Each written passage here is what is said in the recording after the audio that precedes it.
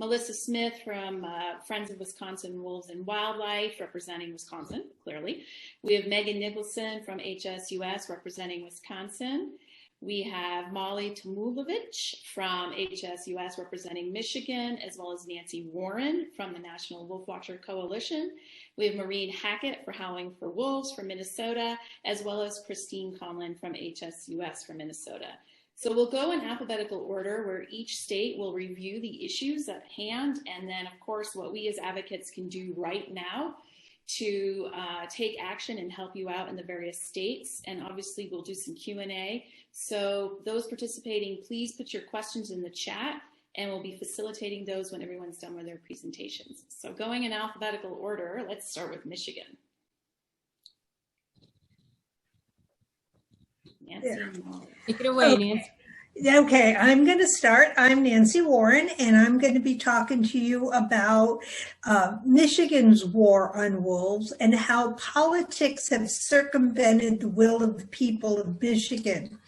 First, a little bit of history. Michigan has two processes for citizens to be involved in lawmaking. We have the veto referendum process, which allows citizens to repeal a law. And it has certain criteria. So if within 90 days of the final adjournment of the legislative session, that's really important to know, during which the law was enacted, and we collect enough signatures of registered voters in the state, the law can be suspended, and then the proposal appears on the ballot in the next general election. We have another process called a citizen initiative. And that is for a new law. What happens with that is citizens can collect a specific number of signatures, submit it to the legislature, and if not adopted by the legislature, it goes on the ballot for voters to decide. So there's two separate procedures, one for a new law, one for a law that's been enacted. So regarding wolves, what they did was in the final days of the legislative session in 2012, the legislature passed Public Act 520, and it was signed into law, designating the wolf a game species and authorized a wolf hunting season. Now, there had already been, as this was going through the legislature, significant and sustained opposition to this bill from citizens all over the state, scientists, humane and conservation organizations, and even from the Michigan tribal communities who say that the wolf is sacred and a brother to them. All of us were completely ignored. And so campaign was led by Keep Michigan Wolves Protected. We led a ballot drive. We collected more than 256,000 signatures from every county in the state. And we did this in one of our harshest winters and did it within 60 days. And that's because we had a very tight time frame because it was signed on the last days of the legislative session. But when the legislators saw that we were about to meet the goal, they passed a second law, which was Public Act 21. It was quickly signed by the governor, and it allowed the unelected Natural Resource Commission to designate the wolf as game. And because it was a new law, the wolf hunt was allowed to take place in November of 2013, and 22 wolves were killed. But in the meantime, Keep Michigan Wolves Protected launched another campaign and again collected more signatures. We added another 230,000 signatures, submitted them in. Both ballots were able to go on.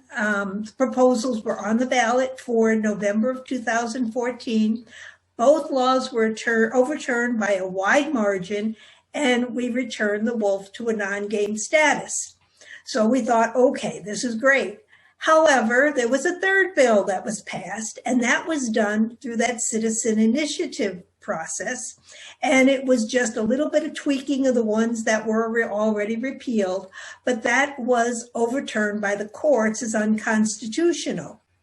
And so legislature responded less than a month later. They responded again and passed a fourth law, now known as Public Act 382. It redesignated the wolf a game species. This time, they added an appropriation to prevent another referendum vote by the people. So in summary, because of that law, wolves are now that wolves are federally delisted, they can be hunted and trapped and circumventing the will of the people. So now we have some resolutions in the works, and people are pushing to have a wolf hunt yet this year. And for that, I'll turn it over to Molly. Thank you very much, Nancy, and thank you to everybody who is organizing and everyone who's attending. I really appreciate having so much attendance for this important issue, and to the organizers for asking that very important question about why we're advocates. I think that's a great question to ask, and something that, it's a really special group of people who are here today dedicating their time to talk about this species that's so iconic and so important in so many ways. So thank you for being here today. My name is Molly Tamulevich. I'm the Michigan State Director for the Humane Society of the United States. And I'm just gonna pick up where Nancy left off. The fight about wolf hunting in Michigan never ended. It just became less immediate while they were protected under the Endangered Species Act. Nevertheless, resolutions have been introduced every legislative session by lawmakers looking to weaken protections, encourage a hunting and trapping season, and generally cater to the interest of trophy hunters. Those resolutions didn't carry as much weight until this year when wolves lost their federal protection. So a resolution is different than a bill. It's just kind of a statement of intent, but it's still important that we pay attention to them. Because Michigan legislators washed their hands of the responsibility to actually legislate wild animals, and they placed the fate of our wildlife in the hands of the governor-appointed Natural Resources Commission, or the NRC, which Nancy mentioned earlier. The NRC commissioners do not have to answer to any constituents, and unfortunately, our governors, both Republican and Democrat, including Gretchen Whitmer, our current Democratic governor, have stacked the commission with folks who openly endorse a recreational wolf hunt, although they like to use the term management, a management hunt, to try to give it more public legitimacy. In February, while Wisconsin was battling its own horrors on this front, Senate Resolution 15, which encourages the NRC to open a hunting and trapping season this year, passed out of Michigan's Senate Natural Resources Committee. And earlier this March, it was approved by the Senate as a whole by a voice vote. They wouldn't actually take a record vote, a roll call vote. It was just passed by voice. And while I don't think it'll have much sway in the Natural Resources Commission, the speed of its passage, as well as the factual errors and the misuse of scientific principles in the resolution, doesn't reflect well on the pro-hunting proponents. When we talk about science in our testimonies, and I talk broadly about those of us in conservation, we consistently provide links to the studies that we reference, and we post our testimony to social media here in Michigan because we have no issue providing the evidence to back up our positions. The Michigan DNR is currently in the process of updating its Michigan Wolf Management Plan, which includes creating a citizen council called the Wolf Management Advisory Council to advise them. They'll also be conducting a public attitude survey with the hopes of making their recommendations about a hunt to the NRC next year. But unfortunately, when members of the Wolf Management Advisory Council were announced a couple weeks ago, the membership was distinctly skewed in favor of a wolf hunt and trapping season. Michigan law requires that the council be made up of at least 5 members plus the DNR, and 3 of those 5 have expressed strong support for a wolf season. So to summarize, Michigan's DNR, supported by our governor, lobbied the U.S. Fish and Wildlife Service to delist wolves last year. Michigan's legislature doesn't have the power to designate game species or prevent a hunt. The Natural Resources Commissioners largely favor a hunt, and the DNR appointed a majority to the Wolf Management Council in favor of hunting. So it's a clear consolidation of power by trophy hunting interest groups, and this isn't unique to wolves. This consolidation by a tiny minority, even among hunters, impacts the management of all species, and it's happening all over the country. Officially, the Michigan DNR says they're waiting to see if the federal status of wolves changes before making any moves, but we see the machinations for a hunt moving quickly. And so I'm going to pass it back to Nancy to talk about what we can do to speak up here in Michigan. Thank you, Molly. You summarized everything just perfectly. It's not hopeless, guys. Betsy did send out a link to all registrants. So all this information is all posted for you about how to contact your federal representatives. And yes, it's true. There is even a federal bill that has been introduced by Tom Tiffany in Wisconsin. There's information on how to contact your representative to stop that bill, contacting your state representatives, writing letters to the editor, how to request a Freedom of Information Act. This is a really important tool for us to get statistical information from a government agency. Participating in the Michigan Natural Resource Commission meetings or any other state wildlife commission meeting. I posted only the Michigan information, but it's easy to find for other states. And then also some talking points as to why wolves are important to you, and just a little bit about federal recovery plan and outdated figures that are used for that. So with that, we can move on to Minnesota, and we'll have questions and answers later on. Thank you. Absolutely. Maureen and Megan? Actually, Christine. I'll start out. I'll start out and then I'll pass it over to Maureen. So Christine Coughlin here. I'm the Minnesota State Director with the Humane Society of the United States. Very, very glad to be with all of you, and ditto to the many comments about the inspiring qualities of being together and united in this fight. So I'm going to be providing just kind of an overview, a little bit of context for wolves in Minnesota. Then I'm going to be talking about the Wolf Management Plan update, touching just briefly on what's going on at the legislature, and then handing it over to Maureen to talk about the work with Howling for Wolves. So many of you are probably aware, before settlement by Europeans, wolves inhabited all of Minnesota. Following European settlement, Minnesota saw a state bounty program, a government wolf control program, and years where wolves could be legally hunted and trapped year-round. That drove them nearly to extinction. By the 50s, wolves were found only in the northeastern corner of Minnesota. But our state is unique insofar as we are the only state in the contiguous United States that has always held a gray wolf population. So the Minnesota Department of Natural Resources, or the DNR's most recent population estimate is just shy of 2,700 wolves in the state.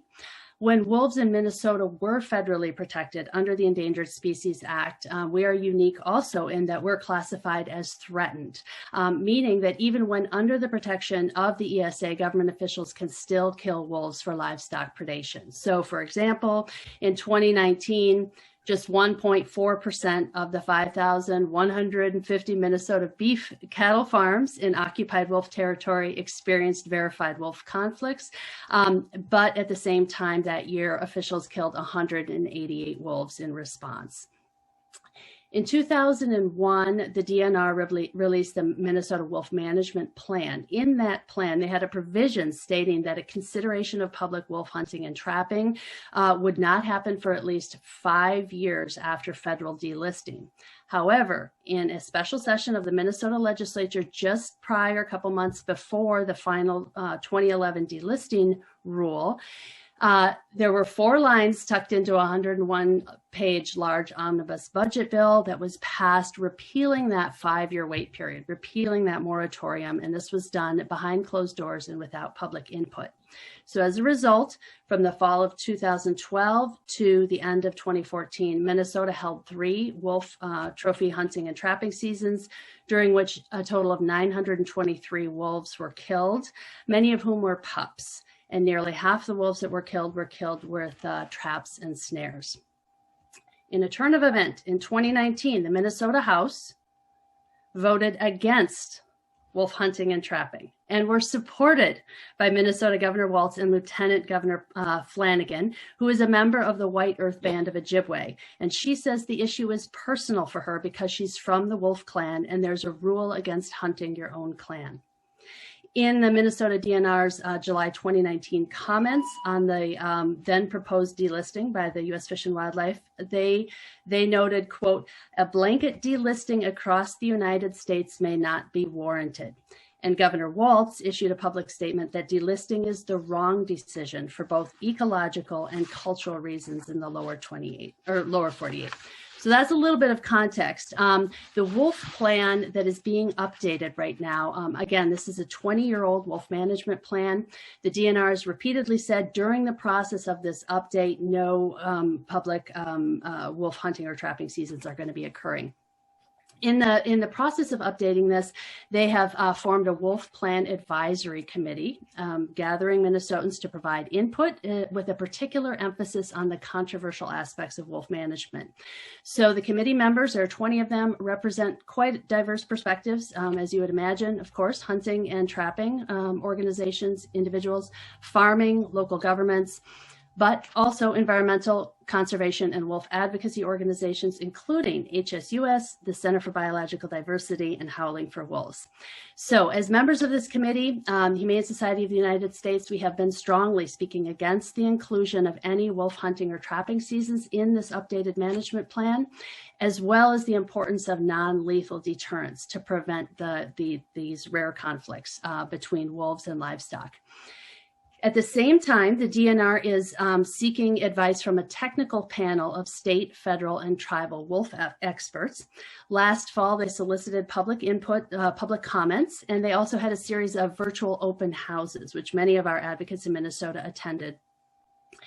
They also worked with the University of Minnesota and developed did a public attitude survey. So it's fascinating. I'd highly encourage you to go to the DNR's website and check it out. I pulled out 3 things that I thought were kind of significant that I just wanted to share about this survey. They surveyed livestock producers, they surveyed deer hunters, and they surveyed residents. So among this resident population, 86% of Minnesotans said that they want the same number of wolves or more in our state, 86%. The second one is of this resident group, there are more people opposed to wolf hunting than there are in support. So we're at about almost 49% in opposition with only 40% in support. And 58% of Minnesota residents oppose wolf trapping. Also of interest is that among these 3 groups, there was a consistent theme for strong support for the need to educate livestock producers about best management practices to prevent conflict with wolves. So looking forward at the end of this process, the DNR is going to be releasing its draft plan for public comment. So please be in touch with me and Maureen. I'm sure we will be advertising opportunities for the public to weigh in on that draft plan. Very quickly, I'll just mention the Minnesota legislature, and then I'll turn it over to Maureen. There are 3 bills before the Minnesota legislature. We're about halfway through the first year of our biennium here, and there are 3 bills of particular note. The first one is a good one that would prohibit wolf hunting and trapping seasons. The second 2 are bad. One that says we've got to have a hunt this fall, and another one that says we've got to have a hunt every year. So none of them have been had hearings or moving forward at this point, but of course, we're going to remain vigilant. We just finished up our Minnesota Humane Lobby Week, where we had advocates speaking to their legislators, lobbying their legislators virtually this year. And of course, we asked them to speak with their legislators about, in particular, supporting this good wolf bill. That is the one really, really important thing that Minnesotans can continue to do is be very active, be very vocal, speaking with your lawmakers. Do not let this issue go by the wayside. Keep it in front of them. Let them know that this is important to you. We can't do that enough. So I would love to hear from Minnesotans in any way I can connect or help. And I'm sure my contact information is available on the materials that we've shared. And I know that Maureen also loves to connect with advocates, so I'll turn it over to her and let her continue. Great. So in Minnesota, we do have a way to take action, and that is on our website at Howling for Wolves, Take Action. How is my volume? Is it okay? Okay. Excuse me. So Christine was very positive, and it's good to be positive, but we're kind of watching what's happening behind the scenes in Minnesota and what happened when they passed the wolf hunt initially. And we know, excuse me, I'm going to have to mute and make this a better presentation.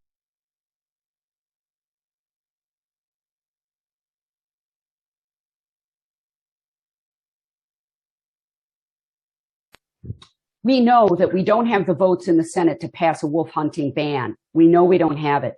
So we don't really want it to be passed by the House to go over to the Senate and then to have it sort of counter the bill that we had passed in 2019. It would give the governor a bad move to have to deal with. The governor is against wolf hunting. But the problem is our DNR has a little bit more power than it really should. And the committee, really, I'm very suspicious of it, but we've been good about using some of the communication channels that we have set up at Howling for Wolves. And so they pulled the draft. It was a good sign that they delayed doing the draft, stating something like they were told they have to confer a little bit more before they even present the draft. We are fighting for a non-lethal plan. And basically, I think we need a greater message. We need to be able to say to the state of Minnesotans, leaders, whether they're legislators or just other political leaders, we basically need to say, look, we need a paradigm shift, because you're kind of allowing a small minority of people, you are allowing a small minority of people to be very hurtful to other people too. These wolf hunts are hurtful.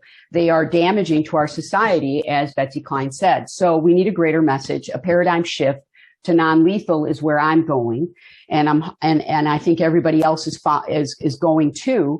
And one of what we did in Minnesota, it might work in some other states, is we got behind the scenes. We basically advocated, lobbied to get farmers money for non-lethal methods. And so while it's a really tiny, tiny problem, we wanted to be the solutions people. And that's kind of why back in 2012, when Howling for Wolves started, we actually didn't do the lawsuit. We thank HSUS for doing the federal lawsuit to get the wolves back on the endangered species list, because our wolves would be in much more trouble.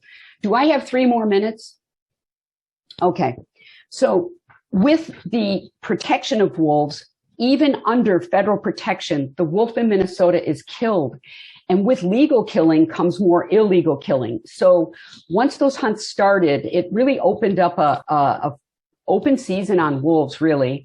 And there's a plan that the DNR follows when the wolf is not federally protected that essentially is like setting up a line of traps for 2/3 of the state, kind of continuously, and on public lands. Basically, people can kill wolves to protect their property, and that's it. That's what it says in 2/3 of the state. It doesn't give why or when. It just has to say in the last 5 years you had to have a problem. And I know for a fact they didn't even follow that. So bottom line is we need a paradigm shift. We need a greater message. And at the federal level, I really think the Northern Rocky Mountain wolves have to get back on the endangered species list, or they're going to die. They're going to be gone. And Carter is correct. And so we need to maybe find a way to make it cool or shameful to kill wolves and cool to support wolves. And we need maybe some bigger voices. And I know you guys all know that.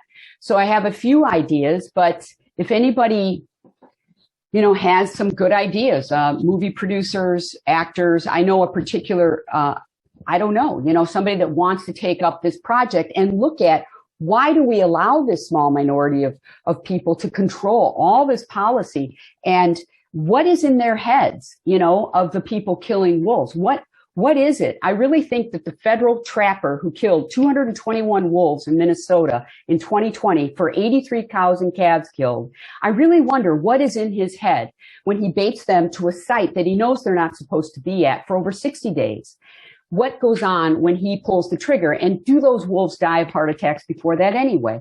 To put it into more sort of gut picturing visual of what is in that guy's head, maybe somebody would be interested in doing a documentary on that.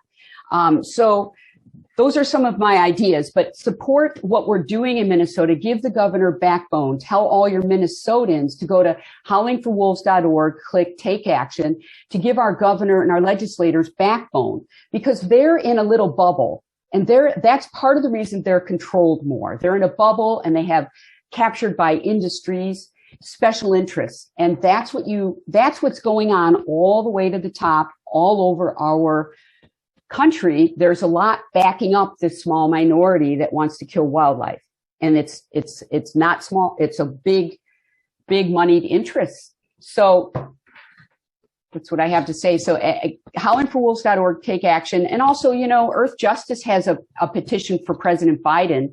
I do think we're going to have to direct ourselves now to the executive, to the Department of Interior, to the president. Yes, Maureen, I actually agree with that. And when Melissa and Megan are on, that's one of the questions I would like to pose to the group as well. So Melissa and Megan, sorry about that earlier. If you guys like to take it away in Wisconsin, and then we'll jump into some Q&A with the entire group. Sure. I'll start us off here, and then the wonderful Melissa Smith can finish out for Wisconsin. Hi, everyone. I'm Megan Nicholson, Wisconsin State Director for the Humane Society of the United States. And I just want to thank all of you for joining us again. I know everyone's already said this, and thank our hosts for organizing this event. It's extremely important.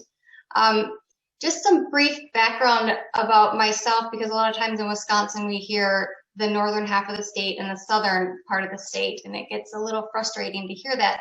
I'm a lifelong Wisconsinite, and although I do reside in southern Wisconsin, growing up, I spent all of my summers with my grandparents in Chippewa County, where wildlife is abundant, and that's further north. My grandpa was a small dairy farmer, nothing like the factory farms that we see today. And I spent my summers there, and during those summers, he really taught me the importance of wildlife. Coyote, fox, deer, owls, black bear, wolves, you name it. He respected and valued all of them. And his livelihood was farming. I know deep in my heart that if he were alive today, he would be outright furious over what took place in February. And I can say that he'd be really proud that you're all here to take action for this iconic species. I know if he were around when Wisconsin's wolf hunting law was put in place, he would have seen it for what it is. It's legislation that was put in place to appease a minuscule portion of the state. He would question his lawmakers on why we have such a law. I know we all witnessed the horrific events that played out over 3 short days in February, and I'm not going to go into those details because we've already suffered enough of just seeing it across the media, and I'm so happy that the media has continued to show the story. It's hard to fathom how this massacre was considered a lawful hunt, but that's where Act 169 comes into place, and it's a prime example of how bad legislation can just wreak havoc on a state. So how did we get here? How did we get Act 169? It started out as Senate Bill 411 and introduced January 31st, 2012. It was then signed by Governor Walker 61 days later on April 2nd, 2012. 61 days. Anybody that follows bills or just looks at legislation from time to time knows that's an insanely fast amount of time. When the gray wolf does not have federal protections, the Wisconsin law states that the department shall establish a single annual open season for both hunting and trapping wolves. And it begins the first Saturday in November each year and ends the last day of February the following year. That is written in statute. Also written out are the season dates. It specifies the methods hunters can use to kill wolves, such as merciless cable neck snares, foothold traps, the types of firearms allowed, electronic calls, hunting over bait, the use of packs of dogs. Collared wolves can be killed, and there is zero verbiage that exempts any pups from being hunted. It requires the DNR to give 24 hours notice before a zone can close. Even if they know that zone is going to go over quota, they still have to give 24 hours notice. Hunting at night was included in the original bill language, but that language was later removed, I believe in 2013. Unfortunately, the emergency rule governing the implementation of wolf hunting, that emergency rule, although it was never codified, it references night hunting. So in essence, it was put into regulation, removed from statute, but then the reg was never updated. Does that make it right? Not necessarily, right? Lastly, Act 169 requires the DNR to administer a damage program that provides payments for death or injury caused by wolves to livestock, pets, hunting dogs, other than those being used to hunt wolves. And for those of you in Wisconsin, we all know that the bear hunters' dogs are the ones that are subjected to being run through wolf territory when denning is occurring and pups are being raised, and they know what they're doing, and the state will pay if that that hunter loses a dog when he or she puts them in that position, and wolves protect their packs. A few questions I often get about this is, do other species in Wisconsin have a mandated hunt? No. Wolves are the only species subjected to this. Do other states with wolves have laws like this that mandate a hunt if protections are in place? Nope, they don't. It's just Wisconsin. States that have wolves and allow wolves to be killed, can you use dogs? No, just Wisconsin. So all in all, it's just an overview of what we have here, and it's a really good message, I think, to make sure that you keep an eye and follow these state groups and the national groups to really know what's happening in your state, because once it's in place, we're in an uphill struggle because we have a hunt coming up in November, but we have a fantastic groups in this state. And speaking of that, I'm going to turn it over to one of the most fierce advocates that I know, Melissa Smith. So take her away, Melissa. Oh, I'm sorry. Yeah, thank you, Megan. I think Megan kind of gave you the rundown. I think Carter may not be on this call, but my catchphrase used to be like, oh God, at least we're not Idaho. Well, unfortunately, I think we've surpassed even Idaho in the cruelty and what we do with wolves. And I never thought that would happen. We're from the state of Aldo Leopold. We are our former governor, Governor Nelson, was the founder of Earth Day. We've always had this beautiful, one of the things I liked about moving to this state 16 years ago now, was that, it was green and it was something to be proud of. Our conservation models, the way we treated wildlife, including wolves, and that is just not the case anymore. So it's frustrating. I would just kind of kept this formal. I can tell you about the Natural Resource Board. I can tell you about the Conservation Congress. I can tell you about contacting your legislators. But I really think to get at the heart of it, dogfighting is a federal felony. Okay. So I think what can people do outside of Wisconsin? In Wisconsin, I'll put a link here in the chat for our advocacy tools page, which will explain to you the Natural Resource Board, how to tell your story, how to write resolutions, all the things you need. And hopefully we've done a good job, trying to teach you to be effective. But you know what's effective? Speaking from the heart. And you're never going to go wrong with that.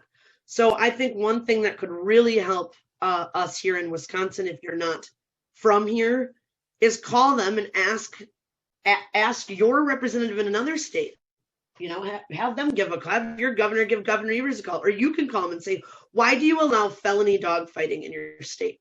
Everybody likes wolves. There's a lot more, or everybody likes dogs, right? There's a lot more dog lovers than Republicans or Democrats. So I think that would be something that would be really effective to help us here, because Megan and I have a really difficult battle. We think we probably lost a significant portion, maybe even up to a third of our wolves in 3 days. They are planning to do this again this fall. It will be the same people making those decisions. So we kind of know, there's things going on in the background. But I think that would help our state. And then I guess I would say I strive for justice. To me, I'm a justice-driven person. So I get but one thing we desperately need, I think, here in the Great Lakes and nationwide is to not fall back on federal relisting. Yes, I think it's going to happen. Yes, I think, they'll win and we'll be victorious. But all we do is react. We need to continue to be proactive on the state level. And I do it too. I'm guilty of it, where I'm like, oh gosh, thank God, God bless HSUS. I can sleep at night tonight, right? Because wolves are protected again. But it does translate to a lot. I'm sure you all probably like other wildlife too. So I think it's really important to get to know your Natural Resource Board and your DNR meetings and familiarize yourself, so that in the event, I have a feeling we're going to be seeing this delist, relist battle go on and on. And I have failed in doing a better job getting getting state law and state protections. And there are avenues. And our 3 states, I think, well, Wisconsin, people are supportive of wolves here. Nobody likes us. Nobody. It's just a fringe group of horrible human beings. I don't even know if I'd call them that want to do this. So I guess that's what Megan, do you have more to add? I think you hit all the points. I know it can feel like we're always saying, speak out, speak up, contact your legislator, and it gets frustrating, right? I get that. But it literally works. I've been in offices where staffers were saying they got 13, 14 calls about one issue from their district. And hey, maybe we should talk about doing something about this. Your voice matters, and staffers are really important. If you don't get your lawmaker, that's really fine. I mean, they're people, right? They're just people. And I know it can be intimidating, or you feel you don't know what to say. They represent you. And as Carter said in the very beginning, this land belongs to all of us. I don't care what part of the state you live in, if you're a Wisconsinite, Michigander, Minnesotan, wherever, or if you visit the state, this is an outright slaughter of a very important iconic species. And if we don't keep speaking up, they expect this to just die down, right? It'll just go away, go away for a little bit. No, we can't do that. We have to demand justice, and we have to demand that we have a voice too. So I'll get off my soapbox, but just keep listening and keep speaking up and keep trying, because without you, we can't do what we're doing. I think the only thing I would add too is that it's a unique, I don't want to do it's a special circumstance, unique, new, what everybody touts about COVID, but you do have an opportunity here. I realize that not everyone is an extrovert, which I cannot believe, but this is a good opportunity. If you are a shy person, a lot of things are done just like this, right? Like, it's much easier to sit in your home, like in your sweat. You don't know what I'm wearing on the bottom, right? In my slippers, and talk to your reps, get to know them, call them up, and you can do it over Zoom. And I've heard for shyer people, not me, shyer people, it's a lot easier. I would say in the next couple of months up leading to this fall hunt, especially if you're in Wisconsin, but even in other states. Well, I don't know what's going on in Montana. Montana's insane, but you can sit in your own home and do this right now. And it's really good practice for when, hopefully, we all are vaccinated and we can get back out there on this, and really fight in the streets. You can get yourself comfortable with how all the processes work. So when things do return to normal, you'll be just an awesome expert, and you got to learn in your sweatpants. There's nothing better than that. I also want to piggyback on something that Melissa said, even though I'm from Michigan. And I agree. I think we're going to be successful in getting wolves relisted. However, I think that's going to be a double-edged sword. And that's why we need to get involved at the federal level. As I mentioned earlier, there is a House Bill 286, and it's called the Managing the Predators Act. And it would permanently remove wolves in Wisconsin, Michigan, Minnesota, and Wyoming from the federal endangered and species list. And I think the last thing we want is to have legislature dictate what's going to happen to our wolves. And whether or not that would, as a standalone bill, would actually get passed, I don't think so. But what my fear is that it will be attached as a rider. And what was the number? It's it's HR 286, called the Managing the Predators Act. And if that gets attached as a rider, we will have lost any ground that we have earned. And this is why it's hopeful that at the leadership level, now, in some ways, they've given us a target to talk about, and it's hard to know how much do you elevate that. But I think if it's in there, you've got to let people know it exists. And it gives you a reason to talk to your federal reps. It's a reason actually to even talk to the White House. So yes. I signed an Earth Justice petition. I don't usually, I will do anything, whatever it takes, but the paradigm shift is needed. We've got to make killing wolves uncool because it happens illegally, and it happens more with legal killing. So we have to kind of advocate for our leaders too, to know that the majority support wolves, and this is a bullying thing. This is a like you said, Betsy, kind of a crime against humanity. It's really more than just let's cull the wolves, and there's more behind it. So we have to really push.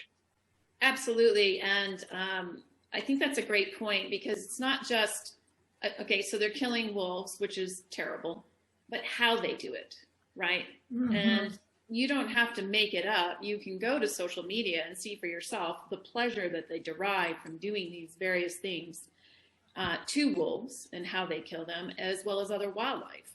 And so that is a greater concept. And I'd like to open this up to Q&A. I know some people said that they can't hear me, so I apologize. I've moved in a little closer and my volume's on max, so hopefully that shifted. And I'd also like to say the link to all these documents that everyone on the panel is referencing and for the entire day was included in an email that went out on Wednesday, and it went out on Thursday. Maybe one of my team members will drop it here in the chat, but it will go out again post-event. So I know it's working because I see people accessing it.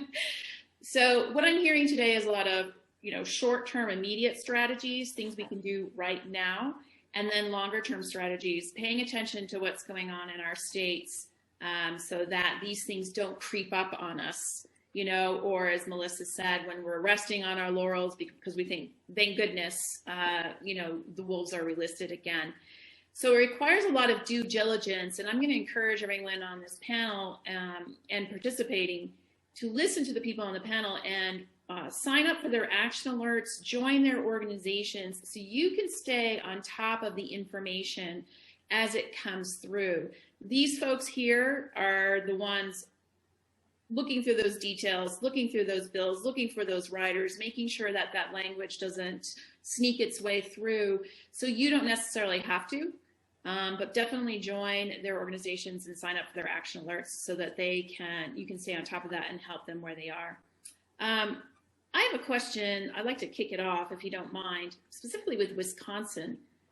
I find it interesting why Wisconsin allows the hounding. Because you're right, most people love dogs, right? I can't think of a single person who doesn't love a dog. Why Wisconsin? Why is that still allowed? Do you guys have any insights on that? Megan, me or you, or what do you want to do? Go for it. Well, we can both answer that too. And I saw there's a question in here too, so I think do both the person who asked the question and the Q&A here and Betsy's.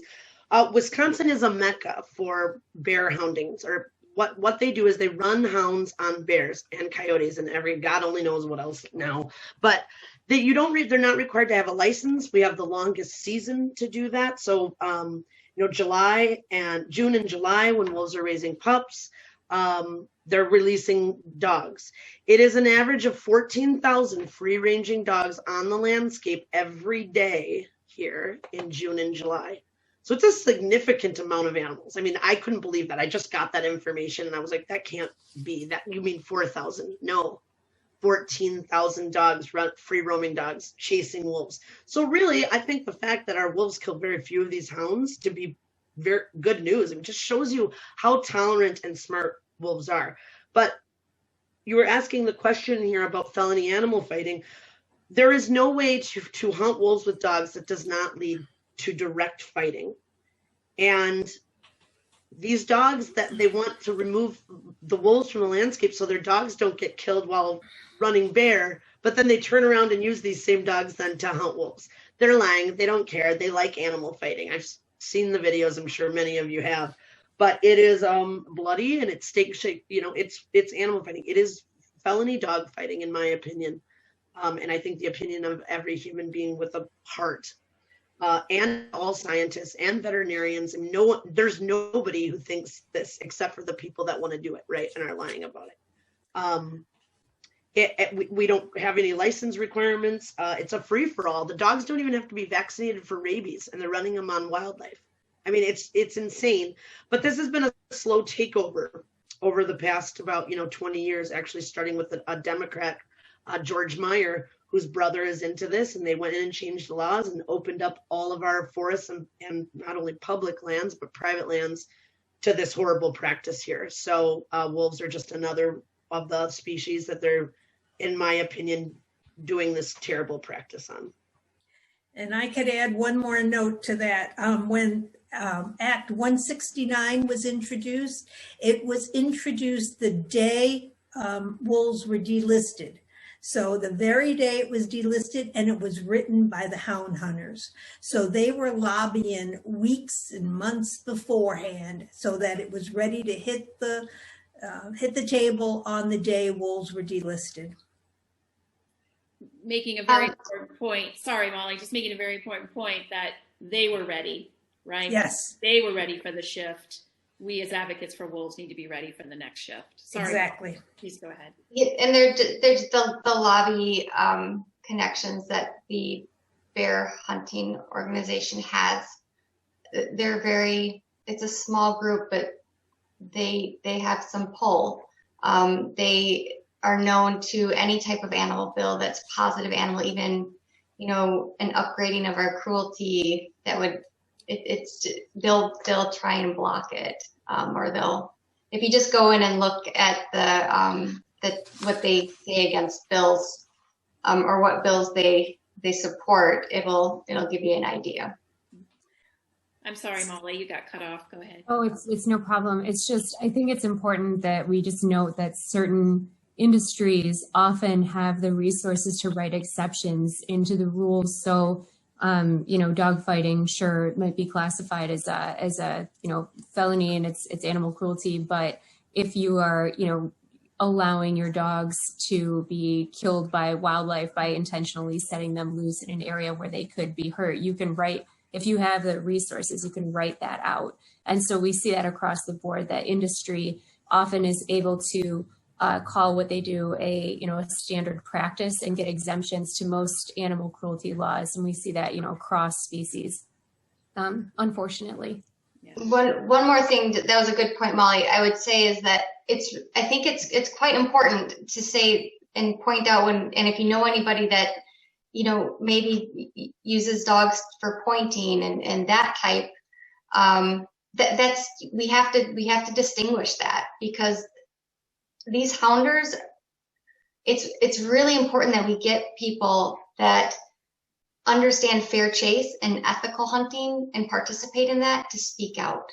And we don't want to group them in the same boat, because it's not the same. Hounding is not the same. And one other point too that I think everyone should be aware of, I think we've on this panel have all been living, breathing wolf issues for 10, 20 years. The average person doesn't know this stuff is going on. They don't know the behind the scenes. And that's why I believe letters to the editor are critical. Getting an opinion piece in the paper is critical. I think other than obituaries, letters to the editor are the most read segment of a newspaper. And they can be very, very powerful when you see something in the paper, like recently in Wisconsin, the director of Hunter Nation put in an editorial that said, oh, it wasn't really by much, even though we went over the quota by 82%, it really wasn't 82%. And it's important that we respond to the misinformation out there every chance we get. And again, being proactive and writing a letter to the editor saying, hey, wolves are positive, provide positive aspects. People support wolf recovery. People oppose wolf hunting, and make it an action item in a letter to the editor. And to build off of Megan's point too, and I know, Betsy, there were probably other questions, but the fact that we would like to have a more nuanced discussion about hunters, right? And we don't want to paint all hunters with a broad brush. However, these trophy hunting groups definitely do not want to be distinguished from the rest of maybe fair chase or subsistence hunters. And so they will like very clearly paint us as an anti-hunting bunch, even though what we're talking about is a very specific practice, such as hounding or predator hunting or just trophy hunting in general. And so I think that for the sportsman's community, as they would call themselves, they also deserve to be treated with more nuance and to have that larger discussion. Their numbers are on the decline nationwide. Do they really want to cling to practices such as wolf hunting and hounding, which make up such a small minority of their community? And don't they deserve to be treated with that kind of nuance? These trophy hunting groups do not want to have that discussion and do not want to distinguish these practices from hunting as a whole. I could not agree with you more, Molly. We have found that hunters are generally on our side. Here in Arizona, we found that to be the case with the ban on the killing contest. And I really applaud publications like Mountain Journal who are putting out articles. The epic one from 2018, I quote all the time about the ethics of hunting and is it dying, is a really fabulous article. If anyone, if you haven't read it, please do so. And it makes that distinction very clearly, and that what is the role of a fair chase ethical hunter in taking a stand in these issues. We also experience that sort of camaraderie and collaboration with a lot of the ranchers that we've worked with through Wolf Week. We get that same, we are on your side, we want to coexist, we want these terrible things to stop. So it's really good not to have these generalizations and to actually seek out these other groups as potential allies in this fight. Absolutely. We're getting close to the end of this section. I just want to put it out there. I think I'll put it out to you, Maureen. I think all of us felt a little glimmer of hope when Secretary Howling was confirmed. So do we think she could be our paradigm shift, just given who she is and her background? What can we do right now? Does it make sense to write to the Secretary? What are your thoughts on this? I think it makes sense. I can't see a downside. The Biden administration excluded putting the wolves back on the endangered species list, but now that we have the Wisconsin example, and we have the example all over the country of legislatures and senators, just everybody putting in these wolf killing bills, and it's clearly dominated by the party that opposed her being appointed. It's very clear we have a culture clash, and that while we don't want the tyranny of the majority being used as how they like to say that, but we do have people getting away with things that we wouldn't want throughout our society. We wouldn't want this to be the way our American society goes, with animal cruelty, dog fighting, slaughtering endangered species. So there's every reason to say we need leadership. We need federal leadership again, and we need leadership for non-lethal plans from the top, from her. We could even be asking her, look, the whole paradigm of wolf quote management on and off the endangered species list. If you don't want to protect them, make it so that you mandate all federal non-lethal plans. I don't know how they can do that, but maybe there's a way to challenge the federal government into this paradigm shift, to direct her Fish and Wildlife Service. Hey, or USDA, but does she have control over USDA? Right? She probably does. Wildlife Services? Sure. So it'd be interesting to know what that is, because I think at the federal level, they split that off with the Department of Ag and the Commissioner of Ag, who was Tom Vilsack for 8 years. And will they have to go head to head? Anyway, yes. My answer would be yes, direct it federally, direct it to the Department of Interior, and really try to get that greater message of what you all have been saying. This is unacceptable behavior, and it's really bad for our humanity to this one species. So doesn't it seem like it's kind of that otherism? Absolutely. Well, we've just run out of time. Before I go, I want to let everyone know in the chat, if you do write, please know that almost 2 million comments were submitted in keeping wolves protected under the ESA, which was the largest number of comments ever registered for something like that. And the Endangered Species Act is still one of the most beloved acts in all of U.S. history. There was a poll done in 2018 across multiple groups, property owners, hunters, whether it was genders, politics, geographies, and upwards of 90% still support the ESA. And I think that's really important for our politicians and legislators to remember as well. So with that, we're going to thank everyone on this, our first session. Amazing, thank you. I love the collaboration, I love the spirit, I love the truth, but as well as empowering everyone with this information.